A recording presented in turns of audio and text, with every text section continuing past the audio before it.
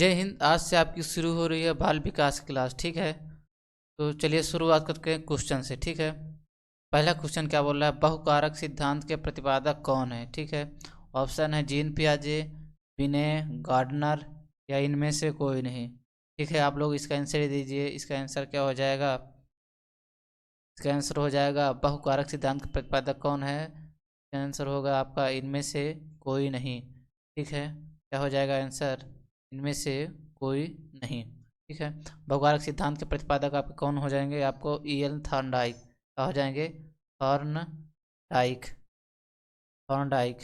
ठीक है, वहीं जीन पियाजे किससे संबंधित है, तो आपके जीन पियाजे हो जाएंगे आपके, जीन पियाजे किससे संबंधित है, संज्ञानात्मक विकास से, संज्ञानात्मक, संज्ञानात्मक आत्मक विकास से।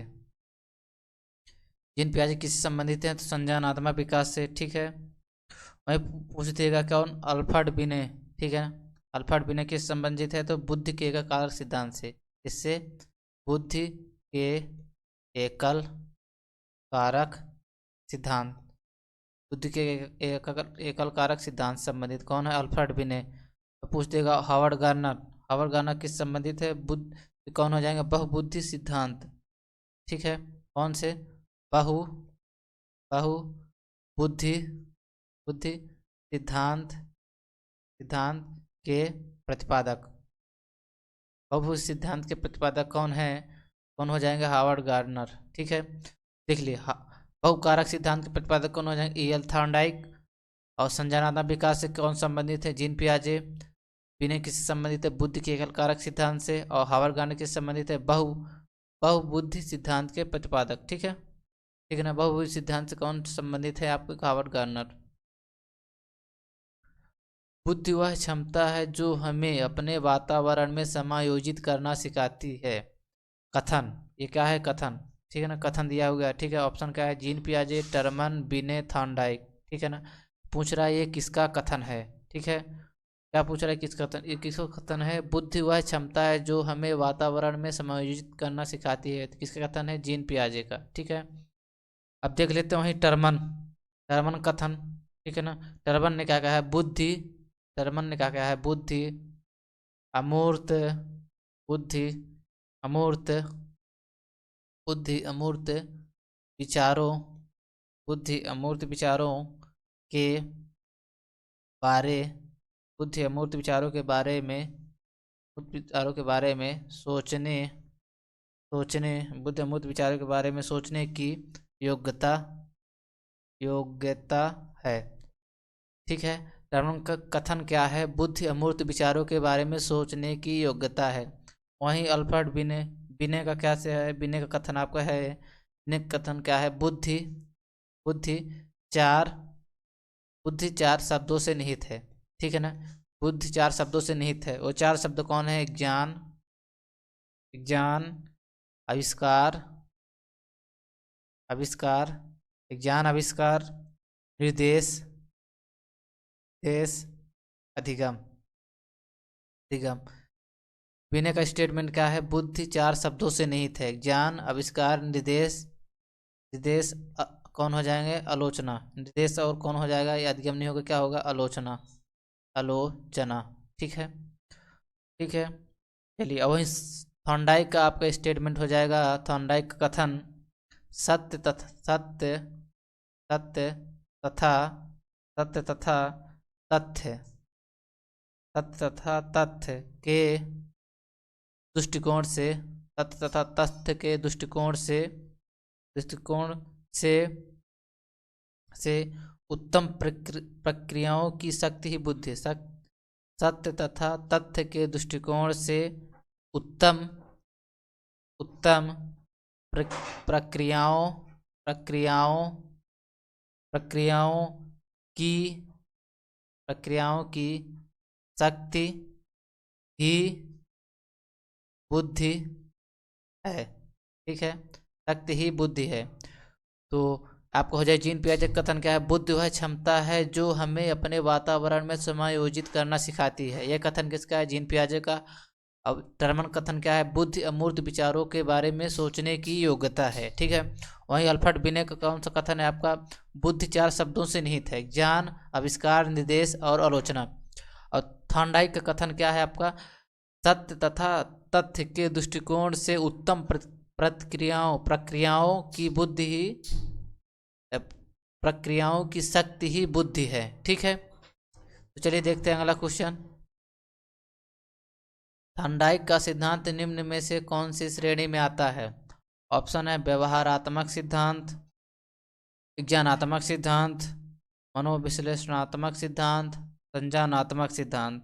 इसका कौन सा आंसर हो जाएगा? ये कौन सा आंसर, इसका आंसर क्या हो जाएगा? ये कौन से थॉर्नडाइक कैसे हैं? व्यवहारवादी वैज्ञानिक है। क्या हो जाएंगे? व्यवहारवादी। ठीक है ना, व्यवहारवादी वैज्ञानिक कौन है? थॉर्नडाइक। तो इसका क्या हो जाएगा? व्यवहारात्मक सिद्धांत। ठीक है, इसका आंसर क्या हो जाएगा? व्यवहारात्मक सिद्धांत। थॉर्नडाइक द्वारा क्या दिया गया है? अधिगम के प्रयास एवं त्रुटि का सिद्धांत। अधिगम के प्रयास एवं त्रुटि का सिद्धांत। अधिगम के प्रयास एवं त्रुटि का सिद्धांत किसने दिया? थॉर्नडाइक ने। ठीक है, चलिए देखते हैं अगला क्वेश्चन। भाषा का वह घटक जो ध्वनि के अनुसार संचालन एवं उसकी संरचना से संबंधित नियम की चर्चा करता है, उसे कहते हैं, उसे क्या कहते हैं? ऑप्शन है व्याकरण, अर्थ विज्ञान, स्वर विज्ञान या इनमें से कोई नहीं। आप लोग इसका आंसर दीजिए। इसका आंसर क्या हो जाएगा? स्वर विज्ञान। इसका आंसर क्या जाएगा? ऑप्शन नंबर सी, स्वर विज्ञान। भाषा का वह घटक जो ध्वनि के अनुसार संचालन एवं उसकी संरचना से संबंधित नियम की चर्चा करता है, उसे क्या कहते हैं? स्वर विज्ञान कहते हैं। ठीक है, चलिए देखते हैं अगला क्वेश्चन। बुद्धि के एकल कारक सिद्धांत किसने दिया है? अभी देख लिया हमने पहले क्वेश्चन पढ़ा है, क्या पढ़ा है? बुद्धि का एकल कारक सिद्धांत किसने दिया है? बुद्धि के एकल कारक सिद्धांत किसने दिया है? तो आप हो जाएंगे अल्फ्रेड बिने, ऑप्शन नंबर सी। ठीक है, कौन हो जाएंगे? अल्फ्रेड बिने, ऑप्शन नंबर सी हो जाएगा। ठीक है ना, चलिए देखते हैं अगला क्वेश्चन। जुंग द्वारा सर्वप्रथम व्यक्तित्व के आकलन के लिए शब्द संघ परीक्षण कब बनाया गया? 1912, 1922, 1910, 1913। इसका आंसर आप लोग दीजिए, क्या होगा? शब्द संघ परीक्षण जुंग द्वारा सर्वप्रथम व्यक्ति के आकलन के लिए कब बनाया गया? ठीक है ना, इसका आंसर क्या हो जाएगा? इसका आंसर क्या हो जाएगा? 1910। ठीक है, क्या हो जाएगा? 1910। 1910 में शब्द संघ परीक्षण व्यक्ति के आकलन के लिए जुंग द्वारा बनाया गया था। ठीक है ना, चलिए ठीक है।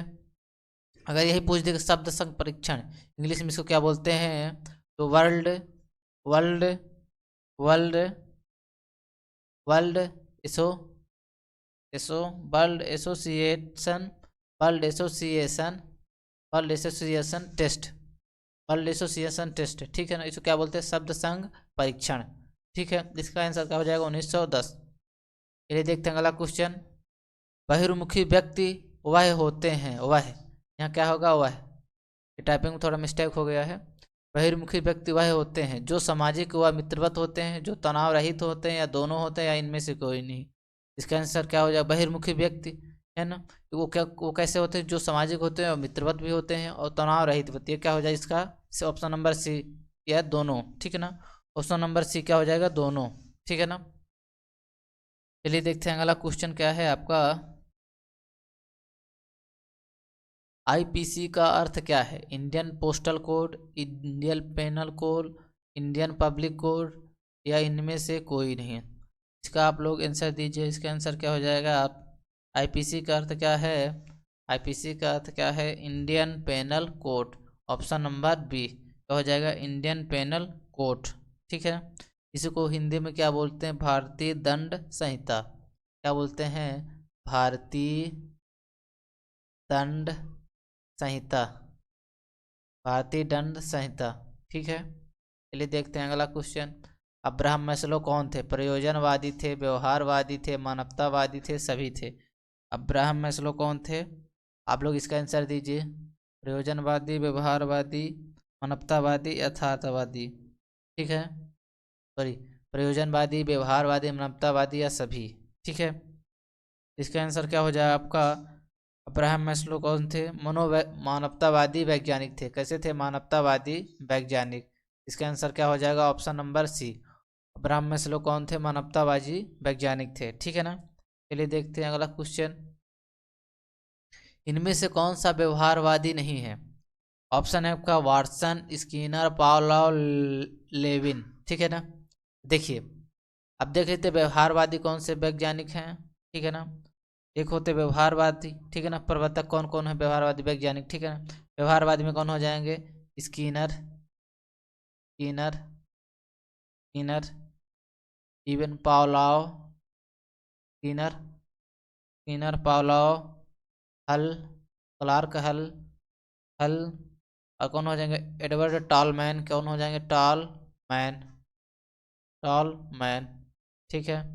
कौन हो जाएंगे? स्किनर, पावलोव, हल, हल, हल कौन हो जाएंगे? एडवर्ड टॉलमैन, ठीक है ना। ये हो जाएंगे।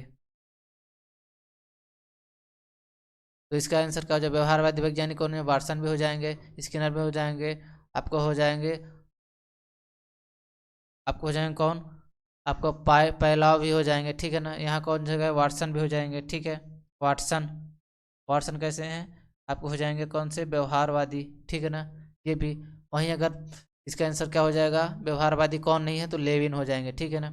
लेविन कैसे हैं? तो देखिए, लेविन लेविन कौन से कैसे हैं? गेस्टाल्टवादी, गेस गेस्टाल्ट, गेस्टाल्टवादी, ठीक है। अब देख लेते हैं गेस्टाल्टवादी में कौन कौन से वैज्ञानिक आते हैं। हो जाएंगे कौन से? पहला कुर्ट लेविन, कुर्ट लेविन, ठीक है। और कहा जाए कुर्ट कोप्फा, कुर्ट कोप्फा, ठीक है। और कौन हो जाए? कोहलर हो जाएंगे, कोहलर, ठीक है ना। ये सब कैसे हैं? आपके गेस्टाल्टवादी मनोवैज्ञानिक है, ठीक है ना। इसका आंसर क्या हो जाएगा? व्यवहारवादी कौन है कौन नहीं है तो कौन हो जाएंगे? लेविन, इन ऑप्शन नंबर डी। चलिए देखते हैं अगला क्वेश्चन। जिंदगी की शुरुआत में बच्चा किसके द्वारा निर्देशित होता है? परिपक्वता, सहज ज्ञान, अधिगम, या कोई नहीं, ठीक है ना। इसका आंसर आप लोग दीजिए। इसका आंसर क्या हो जाएगा? जिंदगी की शुरुआत में बच्चा किसके द्वारा निर्देशित होता है क्या हो जाएगा इसका आंसर? सहज ज्ञान, किसके द्वारा? सहज ज्ञान, ठीक है ना। चलिए देखते हैं अगला क्वेश्चन। निर्देशक चिकित्सा यानी डायरेक्टिव थेरेपी किसने विकसित की? कार्ल रोजर, इलिस, स्किनर, विलियम एड्रिव, ठीक है। इसका आंसर क्या हो जाएगा? आप लोग आंसर दीजिए। निर्देशक चिकित्सा डायरेक्टिव थेरेपी किसने विकसित किया? तो बिली एवं एड्रिव ने, ठीक है ना। किसने? बिली एवं एड्रिव ने, ठीक है। ये किससे संबंधित? निर्देशक चिकित्सा किससे संबंधित? पाठ्यक्रम, पाठ्यक्रम, ठीक है, पाठ्यक्रम से संबंधित है, ठीक है। चलिए देखते हैं अगला क्वेश्चन। मनोविश्लेषणात्मक परामर्श उपागम किसने शुरू किया था? एडलर ने, जुंग ने, फ्रायड ने, या इनमें से कोई नहीं, ठीक है ना। इसका आंसर क्या हो जाएगा? इसका आंसर क्या हो जाएगा? Sigmund Freud. का पूरा नाम क्या है? Sigmund Freud. क्या हो जाएगा इनका पूरा नाम? सिगमंड फ्रायड, ठीक है। जिन्होंने क्या है? मनोविश्लेषणात्मक परामर्श उपागम शुरू किया था, ठीक है। चलिए देखते हैं अगला क्वेश्चन। मनुष्य की सामान्य चाहतों व इच्छाओं को क्या कहा जाता है? अभिप्रेरक, आवश्यकता, अंतर्नोद, या इनमें से कोई नहीं। इसका आंसर क्या हो जाएगा? मनुष्य की सामान्य चाहतों इच्छाओं को क्या कहा जाता है? क्या हो जाएगा? अंतर्नोद। क्या कहा जाता है? अंतर्नोद कहा जाता है, ठीक है। चलिए देखते हैं अगला क्वेश्चन। मैस्लो के पदानुक्रम में अंतिम चरण को क्या कहा जाता है? ठीक है। मैस्लो, मैस्लो के पदानुक्रम में कितने टोटल चरण हैं? तो 5 चरण हैं, ठीक है। चलिए देख लेते हैं 5 चरण कौन कौन से हैं, ठीक है। 5 चरण कौन कौन से हैं, ठीक है, ठीक है ना। 1, 2, 3, 4, 5, ठीक है ना। आपका पहला चरण कौन सा है? पहला चरण कौन सा है? पहला चरण कौन सा है? जैविकी मार्ग, जैविकी मार्ग, ठीक है ना। पहला चरण कौन सा है? जैविकी मार्ग, ठीक है ना। दूसरा चरण कौन सा है? सुरक्षा मार्ग, सुरक्षा मार्ग, ठीक है। दूसरा चरण कौन है? सुरक्षा मार्ग। तीसरा चरण कौन सा है? सामाजिक, सामाजिक मार्ग, ठीक है ना। चौथा चरण कौन सा है? सम्मान मार्ग, सम्मान मार्ग, ठीक है। पांचवा चरण कौन सा है आपका? आत्मबोध मार्ग, आत्मबोध मार्ग, ठीक है ना।